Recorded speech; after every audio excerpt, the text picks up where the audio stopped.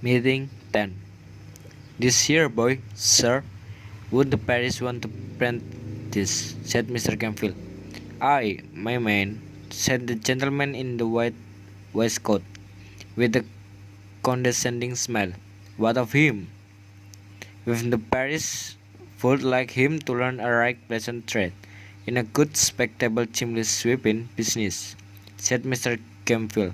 I want an apprentice, and I am ready to take him. Walk in, said the gentleman in the white waistcoat. Mr. Campbell, having lingered behind, to give the donkey another blow on the head, and another wrench of the jaw, as a caution not to run away in his absence, followed the gentleman with the white waistcoat into the room where Oliver had first seen him. It is a nasty trade, said Mr. Limkins, when Campbell had again stated his wish. Young boys have been smothered in chimney before now, said another gentleman. That's a cause they damped the straw afore they lit in that chimney to make 'em come down again, said Campbell. That's all smoke and no blaze, whereas smoke and no use at all in making a boy come down, for it only sends him to sleep, and that's what he likes. Boys is very obstinate and very lazy, gentlemen, and there's nothing like a good hot place to make 'em come down with a run. It's human too, gentlemen, a cows even if they have sucked in the chimney. Rushing their feet makes 'em struggle to extricate themselves. Meeting 11. The gentleman in the white waistcoat appeared very much amused by this explanation, but his mate was speedily checked by a look from Mr. Limkins. The bird then proceeded to converse among themselves for a few minutes, but in so low a tone that he was saying of the expenditure, looked well in the account, have a printed report published, were alone audible. This only chance to be heard, indeed, or account of their being very frequently repeated with great emphasis. At length the whispering ceased, and the members of the board, having resumed their seat and their solemnity, Mr. Limkins said, "We have considered your proposition, and we don't approve of it." "Not at all," said the gentleman in the white waistcoat. "Decidedly not," added the other members. As Mr. Campbell did happen to labor under the slight imputation of having bruised 3 or 4 boys to death already, it's occurred to him that the board had, perhaps, in some unaccountable freak, taken into their heads that this extraneous circumstance ought to influence their proceeding. It was very unlike their general mode of doing business, if they had, but still, as he had no particular wish to revive the rumor, he twisted his cap in his hand and walked slowly from the table. "So won't you let me have him, gentlemen?" said Mr. Campbell, pausing near the door. "No," replied Mr. Limkins.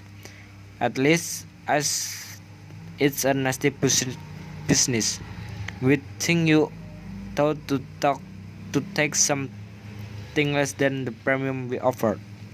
Mr. Campbell's countenance brightened, as with a quick step he returned to the table and said, What will you give, gentlemen? Come, don't be too hard on a poor man. What will you give?" "I should say £3 10 was plenty," said Mr. Limkins.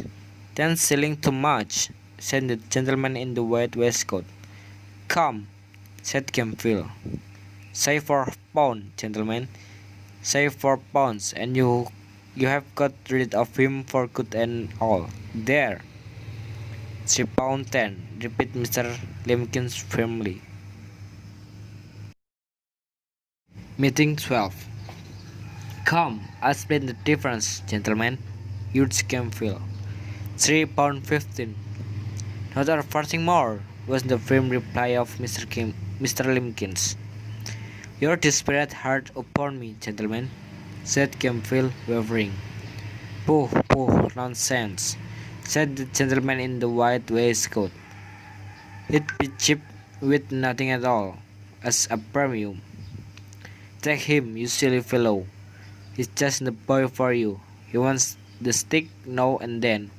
It will do him good, and his board needn't come very expensive, for he has been offered since he was born. Ha ha ha.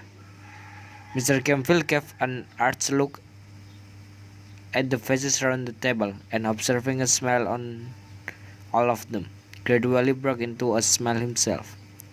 The bargain was made. Mr. Bumble was at once instructed that Oliver Twist and his Indian stores were to be conveyed before the magistrate for signature and approval that very afternoon. In pursuance of this determination, little Oliver, to his excessive astonishment, was released from bondage and ordered to put himself into a clean shirt. He had already achieved this very unusual gymnastic performance when Mr. Bumble brought him, with his own hands, a basin of gruel and the holiday allowance of 2 ounces and a quarter of bread.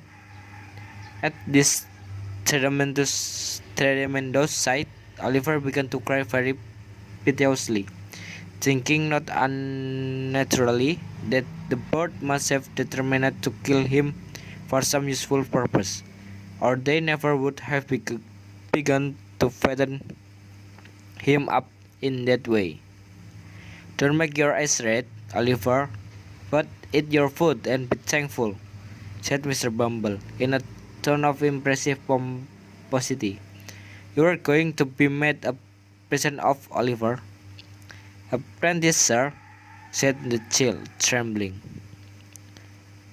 Yes, Oliver, said Mr. Bumble, the kind and blessed gentleman which is so many parents to you, Oliver, when you have none of your own, are going to apprentice you, and to set you up in life, and makes a man of you.